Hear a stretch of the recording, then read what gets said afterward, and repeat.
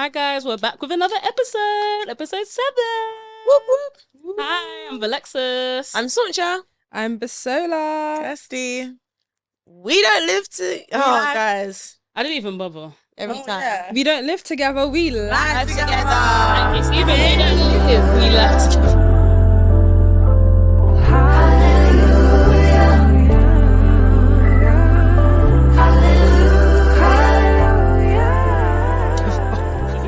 At this point, the audience is going to get used to like when we do get it right, they're going to be like, oh, this is strange. Yeah, Like, it's because very, very they're strange. so used to it. But it's that time for another flatmate debrief. So let's jump right into it. Any lessons, any stories? What are we getting off of our chest this week? I'm getting off my chest that I actually went to the gym. Okay. And I actually went to the gym in the morning. So I was actually getting there by 7 a.m. Well done. Well, not every single day, but I've done it like 3 times. And That's good. was it like, Good. was there accountability there? As in, like, was somebody waking you up, or did you just like? No, do I woke it? up myself, but the accountability was the podcast. There you Because I go. was thinking to myself, nah, I can't go back on this pod. And I You didn't go to the gym. I said, I'm Yeah. going next week, guys. So I actually went and it's been good. I'm just very tired. I feel like I've realised that what I said on the pod was right. It's good to actually go early so you have your evenings. But I was literally ready to be in bed by 7 p.m. Tell So me I'm about it. I'm still adjusting to it, but definitely give it a try. And yeah. 7's good. When I go in the morning, I'm in bed by I'm sleep by like 12. So 7's actually good. What do you mean you're asleep by 12? As I want to sleep by 12 p.m. Oh, midday. Oh. Like if I go in the morning, I'm tired by 12 p.m. So 7 p.m. whole the night is good. No. It's I think that's why people are like mad coffee drinkers. Yeah. Like in like Yeah. the Yeah. corporate world, because I'm telling you, from like 11, I'm Right. literally Yeah, falling asleep yeah. if I haven't had a coffee. Genuinely. Yeah. So good Yeah. one. Well done, Lexi. Go on. That's giving football well. Come on, boys. Anybody else? Oh, lesson. I've got one Mm. thing. My lesson of the week is there's no reward without risk. Okay. All right. Yeah, there's just no reward without risk. Bush lives on Instagram. No, I live in real life actually. But the took way it- I took everything that she said is so like I've seen it written Yeah. in a quote Everything's in gonna a be like so cliche, but you gotta take what you take from it. Like, Mm, Say the expression again. there's no risk. There's no reward without risk. Okay. Yeah. Yeah. But that's only because like there's something that I put myself forward for at work. Because I was gonna say, what have you been risking this week? That's what makes you think Biscuit, about chocolate that. biscuit. Like I've put myself forward for something new at work, and it's like it comes with a lot of sacrifice. It comes with a lot of like letting go of one personality and becoming another, and it's like it can only be rewarding for me. Fingers crossed. What personality would you be getting like? No, it's like because Get rid of. in my office, like I actually get addressed as princess. Like, but so like literally Yeah. every time that I walk in, so I want to go from like princess to queen. You know what I mean? You're going to go from princess to queen. Like, yeah, Wow. as in like, but as in I don't understand. queen in the sense of like there's more authority. Yeah. As in, like, High like it's a higher level. Boss Like girl. it's actually like there's progression there. It's not like going from like princess to pauper. Get you a Kirsty. Everyone's like, yeah. Yeah, and the thing is, like, if I didn't take that risk of putting myself forward, it might work out. Like, I haven't obviously found out yet, but it might not work in my favor. But as in, like, I wouldn't have realized how much it would progress me if I didn't take the risk to just do it. Mm. Yeah. That's really good. And at least you tried. Like I said, like, even if you don't get it, but God willing you do, at least you tried. Yeah. Like I would say, like the worst thing anyone can say to you is no, but no is not. No is only as bad as you make it. Mm. It doesn't mean that something else won't come and be better. It just means Exactly. Like, it just means that it's just a not now. Literally. yeah, something better is coming. Literally. Proud of you. Well done. Thank Well you. done Proud for of you real. both. Yeah. Go on, girl. Oh, She's like, I what think did I do? Oh yeah, you In do, the yeah. morning, not just once, but twice. Stepping up, you know. Yeah. Did you feel like you were qualified for that? What's that thing? Like, this is so cliche, but it's like with great power comes a great responsibility. Yeah, now you are Bad taking man. it too far. Like at this point, Wait, sorry, what's your question? This is what I'm saying. She didn't even answer. Girl, you just in your own Just words. thinking, what I said, quote did can you I feel say? like you were qualified? No, but the thing is, Which quote should I I think- say? I think, because I remember, okay, so when I came back from holiday, like it was advertised, and I came back like I wasn't even getting like good morning message. I was like, okay, apply for this, apply for this, apply for this. So then it was more like, okay, why do these people believe you can do it, but you don't believe you can do it? So then it's just like taking that step and taking that risk. Because at the end of the day, even if it's not, even if it's like, the way I'm seeing it is that I can get it and have that opportunity, but I can not get it and still have the opportunity because I can still put myself forward to do those things if that opening comes again. So it's like, I always say, I don't really look for no's. Like, things are only as bad as you make them bad. Like, rejection is only bad if you see rejection as a bad thing. Like, rejection actually can, you don't know what doors will open after one door shuts. What are you gonna say? Rejection is redirection. Oh yeah, I wasn't. That's another one. Add that to the list. No, The only reason I ask is obviously because it kind of can link into today's topic. So that's why I was asking. Yeah. So the topic for today, guys, we're going to talk about self-sabotage and why people but why people self-sabotage. So I was asking because if you didn't feel like you were qualified enough for the role, would you have gone like, it's rhetorical, you don't need to answer, but like maybe someone would have gone, no, I don't think I'm good enough, or I don't think, like, what if I don't get it? What if this, what if that? And the what ifs just cloud your judgment so much and you just think, I'm not going to apply. So I guess that's a form of self-sabotage. Yeah. No, That's what I was the asking. thing is, I think that happened because there was another role that I actually could have applied for, but I was like, no. And I wasn't like, no, because, well, I did say no because I didn't think that I would be seen as qualified, but it was more, I was just like, no, like, I don't know if this is, but I didn't have a solid no because I still got told to apply. So you were self-sabotaging? Yeah, but then the thing is, I don't think I self-sabotage in a bad way because I think the progression from this to that is what I needed. Like, sometimes you need an in-between. As in, like, I feel like it would have been too much of a big jump if I did the first thing as opposed to doing it the way I'm doing it now. Oh, okay. So I wouldn't say it was redirection in the end. Yeah. It was redirection, Sha. But what's the difference between self-sabotage and just, like she said, just not thinking that you're there yet? Do you know what I mean? Because sometimes, like, you might see something and you don't want to do it, but it's not that you're self-sabotaging, you just genuinely know that you're not there to do it. I think that's self-sabotage versus like imposter syndrome. But Okay. if we're looking at it from like a work aspect, as in like I'm just relating from a work perspective, I think it's self-sabotage versus imposter syndrome, because imposter syndrome will make you think that you can't do a lot of things that you're actually doing. And then you end up self-sabotaging. And then, so it's like they feed into each other. Because all it stems from is that thought of doubt. Yeah. That one thought of doubt will literally take you down a rabbit hole. Of course. So can you ask the question again? Because I did have an answer, but I want to hear the question again. The question is, what's the difference between knowing that you are not there yet and self-sabotaging? Yes. So I think what I was thinking when you said that was that knowing self-sabotaging, you don't even rate yourself, basically. Oh, okay. So you don't even see the good in yourself, or you don't even see the credentials that you have, or like the good attributes, etc. Whereas knowing you're not there yet is, I recognize the skills I do have and the qualities I do have, but I don't think this is what I should this be doing. aligns with my skill right now. Yeah.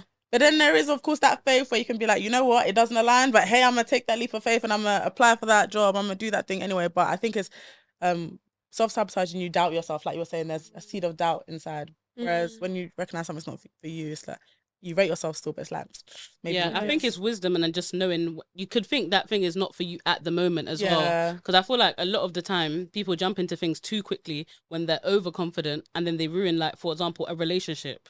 Like, I was thinking of relationships. Yeah, they ruin a relationship. For example, I got offered something recent, like literally like this week, but I just thought to myself, I could take it, but then if I don't end up doing as well in it because I'm going into a new job and I'm gonna do that new job, like if I end up going into it and not doing well in it, I could have just said no because I know I'm gonna have so much on. It's better for me to preserve the relationship with the person than go into it and do it half-heartedly. So I feel like it's just like assessing the situation and using wisdom and like weighing up the pros and the cons. And what was the verse? It was self-sabotage versus not knowing if something is the right time. Yeah, I think that's self-awareness though. I think to know that something is available but you are not ready for that, I think that's just you being as self-aware as you can. Because at least I do get it what you're saying, but some people are so oblivious to the fact that they are self-sabotaging. As in, like, I think 90% self-sabotage. People don't even realize they're doing it. Like let's narrow it down. Let's pinpoint. Are we still talking about jobs? No, okay. So I was just about to say, so now relationships is in like, let's say like a romantic relationship, for instance. You could be like moving mad over a situation that's like not even that deep, but you don't even realize that you are self-sabotaging something that's so good. Do you get what I mean? Because I don't think, I don't think a lot of people actually know that they're self-sabotaging. And that's the whole point of self-sabotaging. Because if you did know, you just wouldn't do it. Wait, can we define self-sabotage? True. So that we have like because the thing is, we might all be thinking of it as different things, and then to me, a simple, like to put it simply, is when you ruin something for yourself. Yeah. I think that's it. Yeah, Oh, I agree with that. Actually, yeah. As in, like, we can be thinking of the same thing but in different variations. So how do you? Okay, yeah. So how do you define it if not like that? Mess something up, ruin something. Yeah. I think it's just the ability to let your mind overtake your potential. Sorry. No, what's mad? I didn't take it what she said. I was just hearing ability, and I said, "Wait, let me actually listen to what." But Marcella's always coming with these. She just items it nice. Say it again. Like, Shut up. the ability for your mind to take over your potential, as in that's good. As in, like, when your mind isn't trained to understand like things. Okay, this is very broad. As in, like, you then mess with your potential. Because in your mind... I do get what you mean. It's true. Thank you for getting it. Yeah. I do get it. That would have been hard to explain. And then you ruin it. Yeah. You ruin it. Yeah. As in, like, it's basically like being scared of your own potential. But... I don't know. What do you mean by scared, though? And I don't know. I don't know what you mean by scared. But as in, like... I feel like it's not being aware of your own potential. Yeah. Not being scared of it, if you get what I mean. I'm sure... and also, I think not being aware of your own potential, also not being aware of how good something is as well. Like, it's not only just yourself. Yeah, not even just only yourself. So let's even say, like, let's say you can self-sabotage getting your dream body because you don't go to the gym. That is self-sabotage. Like, you every morning your alarm goes off and you snooze it. That is self-sabotage, And it's nothing to do with like you not seeing your potential, but you're not seeing how good going to the gym would be for you. Yeah. The same way, let's say you're in a relationship and you could like ruin that relationship because you don't see how good that relationship is for you or how good that person is for you, or you're just prone to mess things up because you get in your own head. I actually think that the like biggest form of self-sabotage comes from overthinking.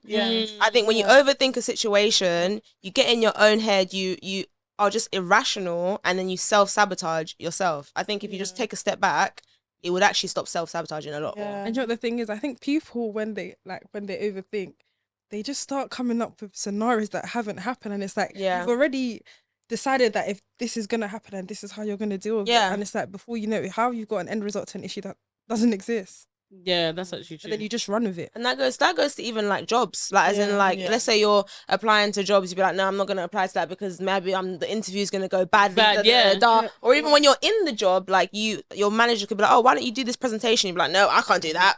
I'm not confident enough. Like, I can't do that. You're putting yourself at a disadvantage because you don't see. I feel like a lot of people who self-sabotage get themselves into being diagnosed with anxiety as well. Because anxiety is literally like, it's your response to perceived threats, and it's perceived threats. It's not actual threats. Do you get what I mean? So I can see how self-sabotage just ends up getting into anxious. So even people who are anxious, think about like the process of that in your mind. It's probably because you've doubted yourself. You're literally doing self-sabotage. Then you've got to that point. Literally. It's true. I think anxiety, like, as in how I would define that, is like excessive worrying. Yeah, as like you're worrying about things that are That's a symptom of it. So it's more symptom than definition. Yeah, the definition, is literally the response to perceived threats, and then symptoms is literally like excessive worry, like people have sleep problems, just so many different things, basically. Panic attacks, all of that. But yeah. And why do we think people self-sabotage? What was you saying before? That I think it's from overthinking, mainly. I think also people self-sabotage because, as Bus said, they don't see their full potential. They don't know that they can do it. I would say overthinking, lack of confidence, and lack of awareness of how good you are or how good a situation is. How do you feel like it could also be developed? Because I also feel like being in toxic or negative situations, even like relationships, could force that onto people as well. Yeah, 100%. I would say that, like, if you're in a constant cycle of being in relationships or friendships with people who are constantly talking down on you, you'll literally believe the things that they say. Yeah. Then you get in a cycle of self-sabotage because you believe what they say. So like when you're put in situations to get a new job or to go into a new relationship, you don't even think you're worthy enough of them things. Exactly. So I would say if you're in a toxic relationship, get out. Get out of there. If you like have toxic friendships, get out of it, because it's actually very detrimental to you and your just like growth in life and your mind and just everything like that. Not to get too deep. Yeah, I was just gonna say, I just think one reason you self-sabotage is because a lack of self-confidence. Someone say that. Yeah. Lack of belief in yourself and like not knowing who you are and not knowing who you've been created to be. Not to be deep again, but just like be deep. Yeah, be deep. Be deep. See that now. Get into it. Just, why is it always funny stuff when I talk like? But yeah, I just think when you just don't really know who you are, I don't know who God has called you to be, etc. You don't know what He's placed inside of you. So like that lack of self-awareness as well, like you haven't reached your full potential basically. So it's hard to see like the better version of you or the best version of you because you're just like so focused on like the you now that you end up messing things up before it's time. So whether that's in a job, whether that's in a relationship, whether it's in work, whatever it may be, and like you just think, nah, like I'm not good enough. But it's like if you actually know, like see the you at the end, or you're meant to be, you would kind of like push yourself more and rate yourself more. But I think when you don't know who you are, you don't know who you are in Christ, it's hard to kind of like not self-sabotage because you think me when it's like there's actually backing behind you. 100%. So I think people are also scared of like the end result. It's like, sorry. Yeah, but that was the most ... like. Wait, you like have what? more to say? No. As in like right. you see, like for example, if you go to like an event, like let's say I go to a tech event, right? And I'm so inspired by what I've seen, and then it's like in my head I start generating all these ideas of all the things I could be.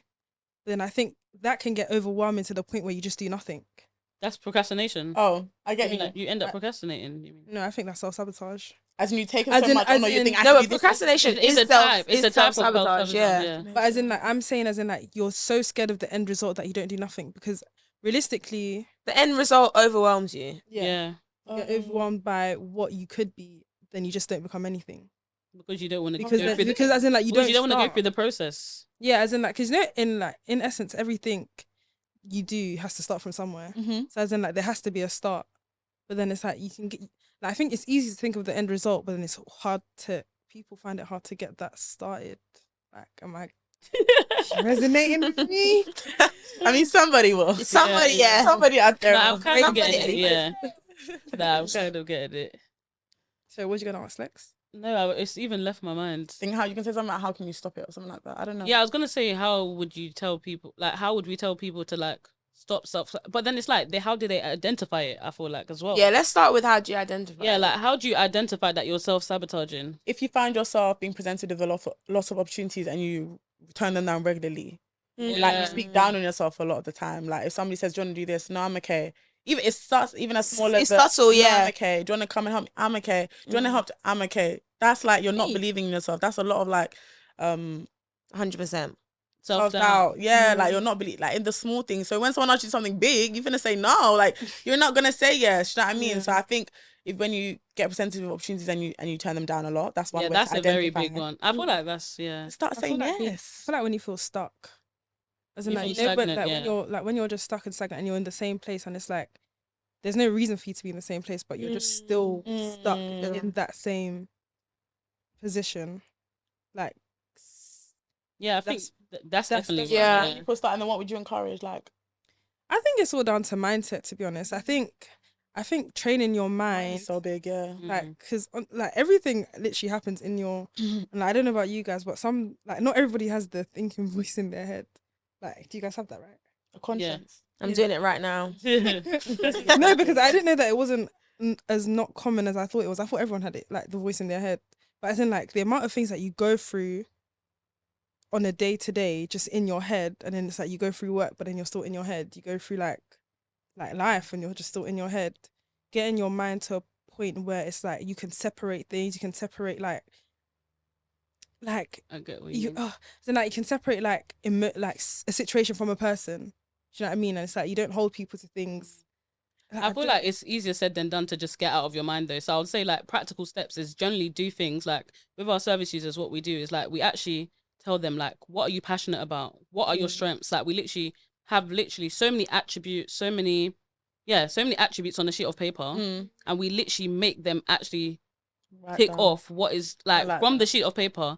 What are your strengths? What are your attributes? Nice.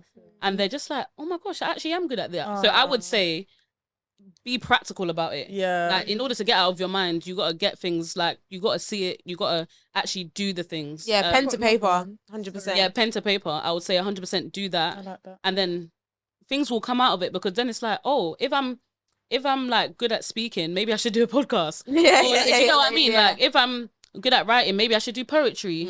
Yeah, so I feel like what I would say is be practical about things that you like, and find your passions. Yeah. Before you say another piece of advice, I wanted to say, Kirsty, your question was, how do you identify it? Oh yeah. Yeah, so definitely what you two said, but I also think cycles, as in, like, if you see the same thing being repeated in your life over and over again, whether it's like toxic relationships or you're losing a job frequently, like, if you get into a job and you never pass a probation, that there's something wrong there. Like, you are self-sabotaging and you don't even realize it. I think, like, evaluate your life and think, what negative thing keeps on happening over and over again? And more often than not, it must be you self-sabotaging. If you're coming across loads of different people and the same thing's happening to you, the common denominator in that is you. So that's what I would think is a good way to think. Someone not passing probation continuously In different jobs. Self-sabotaging. Because, like, why, let's say you've had 5 different jobs and you're never passing a 6-week probation, you must not be doing the job correct. Right, you just, well, I don't know, maybe I'm just too straight to the point, but I just feel like, spiritual, like, break it, go and pray. I was like, how was that their fault? Maybe someone's, true. But even that, maybe it's, someone could be speaking on you to self-sabotage. I get 100%. it. Yeah, that makes sense. Yeah, the cycle, that's true. I think Bruce wanted to say something. But yeah, so now advice. How would we pass that? So I went to a talk the other day. It was with Jackie, right? She's a CIO, I think, of McKinsey and Company. No. Oh, yeah, she's a CIO of McKinsey and Company. Because I actually asked her for advice. I was like, because I didn't know what executive sponsorship was, because I thought that was the same thing. I don't know none of the last 3 sentences.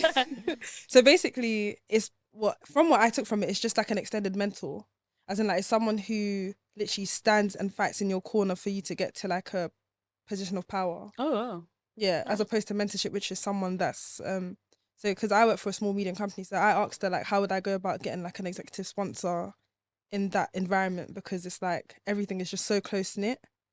And she was like, the first thing you need to understand is, do you actually need this? And if you do need it, what do you need it for? So I think it's just being very intentional, because the advice she gave me, she was like, think about what it is you want, why you want it, and how you're going to get it. And then she said, once you think about all those 3 things, see if, like, a mentor is even part of that, or if an executive sponsor is even part of that journey for you.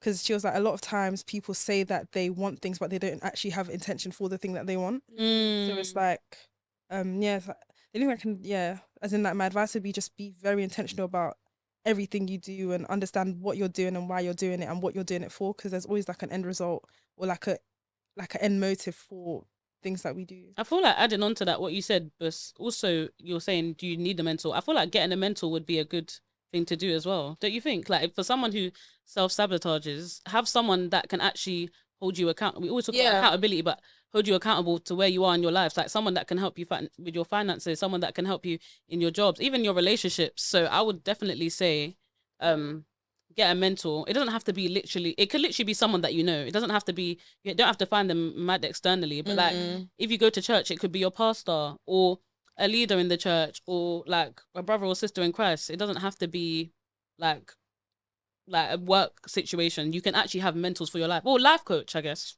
I think you have mentors for, like, everything, because even, like, right now, my sisters are, like, my mentors for marriage. Yeah, because they're both literally, well, one's married, one's getting married, but it's like, I have that so close to me. It's like, I don't really need to look. Do I really need to look for external factors? Not really. So it's like, it could be anyone, and I feel like just know what strengths your friends have, because people are good at a lot of things, even, like, motivation.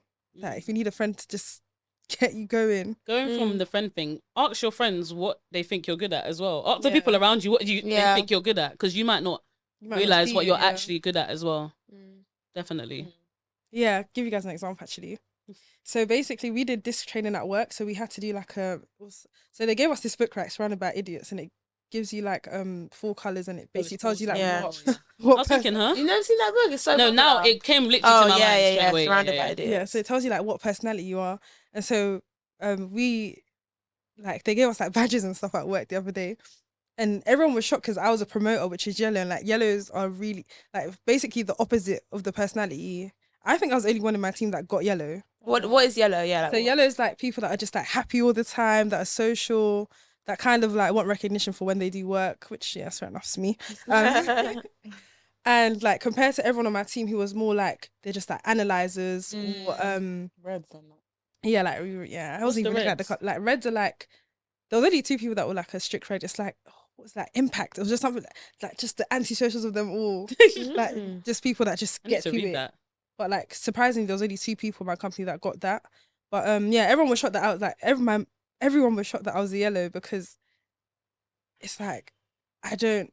So basically, yellows were the department that got yellows was like people that are engagement managers, project managers, like anyone who's basically has like a marketing role. And it was like what I do is so opposite to that. Yeah. And it's like, and then I had to present to like everyone what because we had to do like questions whatever. But as in, like, I think it's interesting because you don't know you don't actually see what you're good at until like you're seen in the eye, until like you kind of see yourself in the eyes from other people. Yeah. When I did my Third party. presentation, I got so much good feedback. People were like, you're so good at presenting. I was like, I don't even like talking. You don't like talking? What are you doing here? I'm yapping. Yapping away. But yeah, so I think it's also like good to understand yourself in the eyes of other people because these are people that actually see what you do as opposed to you thinking that you're like bad at things and you might just not be. Don't you have one? Advice. Yeah. Probably said it, but Yeah, I would actually say pray about it, to be honest. It's quite like an easy throwaway, but I think my self-sabotaging stopped when I became closer to God because as Kirsty was saying, it's like I see who I was called to be, so I'm gonna put myself forward in like meetings. I might not really want to speak, but I know that like, you know, I have the Spirit of Christ. I'm confident. I'm bold. You know, I'm all these things. So I definitely think like pray about it. Going back to the cycle thing, like once you realize that there's a pattern in your life that's constantly happening, like put it to God and be like, God, this is always happening to me. Like why? Just have a conversation with God. Tell him how you feel, and like really ask him to like show you who you are and who you are called to be. Yeah, that would be my advice. I've got a question. Might be opening a can of worms. We love a question. Do you guys think that your culture can affect how much you self-sabotage? Like And- African culture. Yeah, as in like your actual culture. Because to my Nigerians, hello.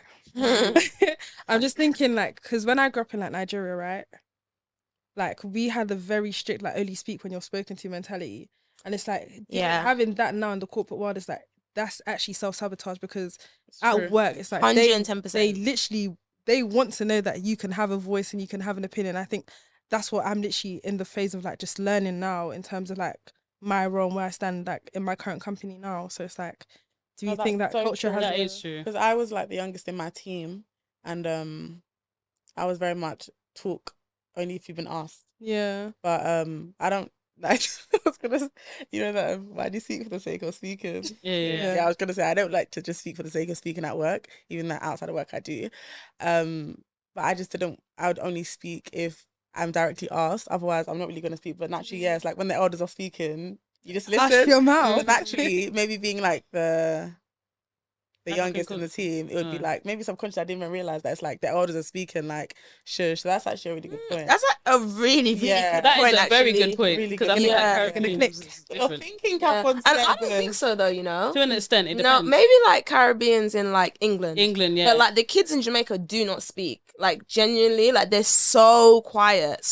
Even the other day, I went to my cousin's graduation and I was basically like my auntie and grandma was gonna go like the complete wrong way, and I was like, no, guys, go this way. Like, this is where da-da-da. And they were saying amongst themselves, isn't it so good, like, nowadays, how this generation is? We used to have kids are only speak when they're spoken to. And these are literally Caribbean. So I do. And even when I think about, like, my brothers that live in Jamaica, they're like, so pim unless you really get it out of them. Yeah, like, that's actually true. It's only when they start getting comfortable. So I think it's like a black thing, maybe. Like, because...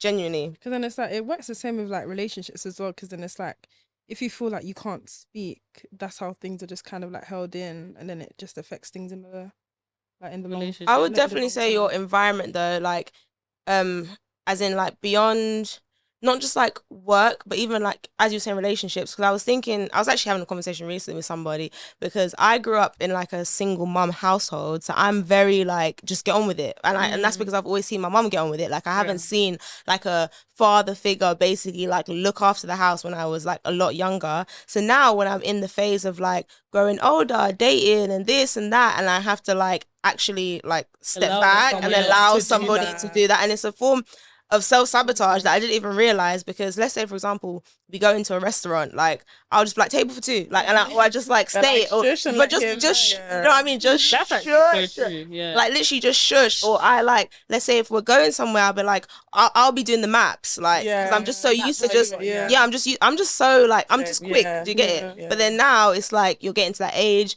where you like have to think about these stuff, and you want to be like, you know, a submissive wife, blah blah, and you have to unlearn it. You do have to unlearn. Yeah. Like I get that, like, but sometimes you know there's strengths in that as well. Like there's time and place for like, no, of course, like you handle it, babe, whatever. Yeah. And then there's like that's your strength. Like he may not even be organizer this. Like you know what, like that's Launch's thing. Like that's Kirsty's thing. Like that's their thing. Cool, but I'm still the man and da da da da. So sometimes like it doesn't mean like if you do the maps like you've disobeyed. No, it doesn't. It's just an example of how like you can I feel like I'm always gonna be the map. Like, okay, but where are we going? Like, can I at least? Mate. Another pod episode.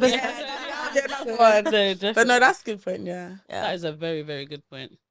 Because when I think about it, I just like when you're constantly dating someone and they're always paying, I'm just like, sometimes it's actually hard for me to actually just sit there and constantly like, place after place we're going and you're just paying. I'm just like, no, can I at least pay for a drink? Yeah. Like, and then imagine it's hard, you know. Imagine you're dating someone that they want to be the man. Like they want to be like it could be such a good thing for you. That could be your God ordained thing, but like you're just ruining it because you're just like you're trying to be the man in the relationship when like, you know, he's not happy. Like it's just so you can really the Nigerian in you. You know, not you know, but but because I do feel like Jamaican women. I can relate. No, I'm saying Biscon. Yeah, Nigerian. That's what I said. Oh yeah. But what was I gonna say? I feel like Jamaican women, even if they have a man in the house, they're very much like a strong character, and they do kind of get on with things. And I feel like Jamaican women kind of run the household. Yeah, in my opinion, get on with it. Like whether they're married or not, I feel like whether they're married or not, they really do kind of. They're very strong characters. So then, it's definitely about unlearning things. And I didn't even think of it as a type of self-sabotage. Yeah, in my head, it's just me. Like I'm just not used to it. Yeah, exactly. Because it's compromise at the same time, and it's like how if you're not willing to compromise, then it's also could be like emasculating to the man as well. Yeah, it's a lot of like. That's why when you were saying about the what were you saying? It was you. Sorry, you were saying about how past experiences can cause self-sabotage. Like, let's say if you were in a toxic relationship before, now it's like because of that relationship, whenever he didn't pick up his phone, he was cheating. Now this new guy, he doesn't pick up his phone because he's actually busy. Yeah. But you're moving mad, like you've gone crazy. You've called him 100 times, and you pick up. Did you imagine? And you pick up the whole argument. You guys, you're self-sabotaging. It's okay. Yeah. It's okay. I didn't get it. I didn't even. I was just flowing, and you know. But you were really preaching, sister. That was the word. Thanks. But you got a clip from me. But for real though, that's actually how you self-sabotage because you're so used to past experiences, whether it's childhood, whether it's past relationships, whether it's whatever.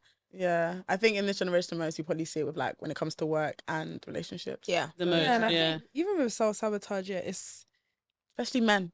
It's like it's not letting things go can actually self-sabotage you. Like looking at it from like a relationship perspective, because if you hold what someone else has done to you and you take that moving forward, you'll never see the beauty in the fact that someone wants to do something for Yeah. you, because you're just so stuck on the fact that when I was first introduced to this is how it looked. Yeah. So it's like a mind blocker. Like you just stop yourself from seeing the full potential of a thing. Leading on from that though, that's when it's probably a whole nother conversation, but that's why I feel like people need to take time in between dating. Don't go to the next person. Actually heal, take that time, think about why that relationship ended or why it went wrong, and then you won't you might still carry it, but like you're aware of what you don't want to carry. So when you see it, like yourself doing it, you can actually bring yourself back. No, don't do that. Do you get what I mean? So yeah. Now we're giving out relationship advice. But no, my top tip though would like for self-sabotage would genuinely be like analyze why something's going wrong, and then you'll be able to fix it. But if you're not aware, you're just not aware. Yeah. So yeah. Heal and think about past situations and think about if that's affecting new situations, regardless of job, relationship, anything. See if it's seeping through. And I think that just goes back to your thing about cycles. Yeah. Because it is. It's like cycle. Proper full circle. Yeah. So, yeah. What topic? I'd say, just believe in yourself and who God has called you to be. So find out who exactly God has called you to be on this earth. And that would allow you to walk in your purpose, and you'll be less likely to sabotage because you're not thinking about yourself so much, but you're thinking about the you that God has created you to be. And sorry, just one more. I think it's really like important, especially like in like these years of our lives, like being in your 20s, just to understand who you are. So I feel like not everyone has taken that time out to actually understand like who they are, what they want, why they want something. Because it's like without having solid answers to like certain questions, you're always going to be chasing different things. Yeah. Like, you're never going to have like a clear path or like a clear route that you want to go down, because it's like you just want to do this thing, do that thing, do this thing, do that thing. So I think character development in your 20s is it's really there's really power in just understanding who you are. Who are you? Like, who are you? Yeah, who has God? Who are you? Yeah, who has God called you to be? Who are you? Who are you? Literally. Guys, I have another random question. Random question time. The question is, what do you know God as in your life right now? Oh, good question. Jara. Okay, but it's provider. Yeah, I was like, why? Oh yeah, I was gonna. Yeah. She just said Jara and then she looked. I thought she was trying. So nobody else could get that. No, I've just always said for a minute, like he's been Jara, which means provider. Jehovah Jireh, my provider. He's been that for ages. Like even when I don't have everything, or even when like I wonder like, how can I do this? When will I do this? How will I do that? He just makes everything work. And for the longest time, that's like every time I hear Jara, it just really hits my soul. The song by Maverick City, and Co. I sing. It's okay. It really hits my soul, just because like I always remember when I first heard that song and how much I needed him as my provider in like whatever capacity, not even just like finances, but just like being there for me and just always being ever present. Like he's my provider. He shows up in whatever way I need him to, whether he's showing up through having people in my life or like through putting people in my life. Do you know what I mean? So he's always been a provider to me in whatever capacity. So he's forever been Jira for like the longest in my life right now. Absolutely love that. I love that. I love that. Go on then. So can you repeat the question? I got what do you know God is? What do you know God as in your life right now? Sorry, it's a bit might be a bit deep, but deep. Because flow. Because I like lost my dad at a very, very young age. Like God has always been literally the father, as in like, because I only have one perspective of growing up, which is my mom's perspective and like her beliefs and understanding. Like when I literally need to be like, Father, like help me, like actually, like to just like I just speak to God as the father just to direct me, just for direction, just like advice that I don't think I can, like just maybe get from my mum, or just things that I need like just a different perspective on. It's just like literally this normal conversation of just like God, like you are literally my father, like please help me and guide me in this situation, like tell me what I need to do, tell me why I need to do this, just help me understand what is going on. And I think like I always say like father to the fatherless. Mm. Yeah. So yeah, it's literally just my father, you know. Mm. Beautiful. I was gonna say start singing "Dearest Father" as well. Should we just sing, guys? For me right now, God is my best friend, like 100%. Like the way I speak to God now is very one-on-one. Like it's just a conversation. I really just offload. I'm trying to be like a lot more intentional about going to God before I go to my physical friends. Because I'm the type of person that like when something happens, I'm straight. That phone, that FaceTime, I'm straight there. Like I have to like offload basically. But now I've actually been like stopping and being like, okay, I'm not gonna call Alexis, I'm not gonna call anyone, I'm gonna just like literally speak to God. And I'll just be like, God, this just happened, this is how I feel, etc, etc, etc. Because what I've realized as well is that speaking to God is like there's nothing negative that can ever come out of it. And not that you will have a negative by a person, but once you say something, you can't take back words. Yeah. And it's like, especially when you're saying stuff about somebody, you could eventually like forgive that person, but then the person you told might not, they remember, or you might be feeling a certain type of way today, and then you wake up tomorrow and you're fine, but then that person's still checking on you like you're not fine. Like there's so many things that like once you speak words out, it will never be erased. Whereas when you speak to God, there's no negative that can ever come from it. So for me right now, God is my bestie. Yeah. Speak him I feel like first. mine's kind of like Saunchers, but I feel like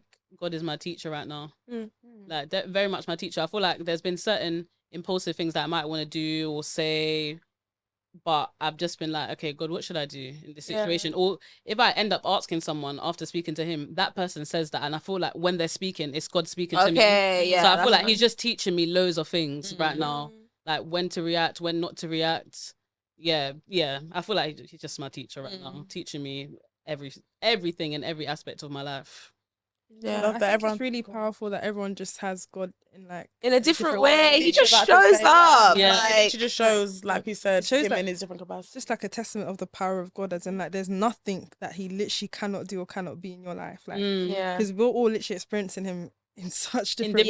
Yeah. But we're also like reaping the fruits of the labor of God as well. So at the same time, so it's like God literally can do all. Like when they say he's all knowing, all powerful, like it's not a joke. Yeah. It's not a joke. Different and in the same ways, like literally in every way that everyone's described him, we all experience him. Yeah, I was gonna say, like he's been a father to me, he's been a teacher, he's been a provider. It's like different seasons, different times, Different seasons. forever. Yeah, but he's just so great. Comment below how God is to you right now. Like how let us know. And the key thing is he's never left. And he will never. And he will never go. This, where can they find us, girl? Right, guys, you can find us on X, Give an expert talk. on Instagram. No bird. No, this is it. What? On Instagram. She said no bird because the logo of Instagram is a bird. Ah, you got No, it's not. It's a camera. Oh, You mean Instagram. Twitter is a well when it used to be Twitter. Twitter is X, girl. Yeah, Let's redo this. okay. You can find I us. haven't had Twitter for years. I just want to put that out there. Find us on X, on Instagram, on YouTube, on Spotify, on TikTok at The Flatmates Pod. We can't wait to see you again. Bye. See you in the next episode.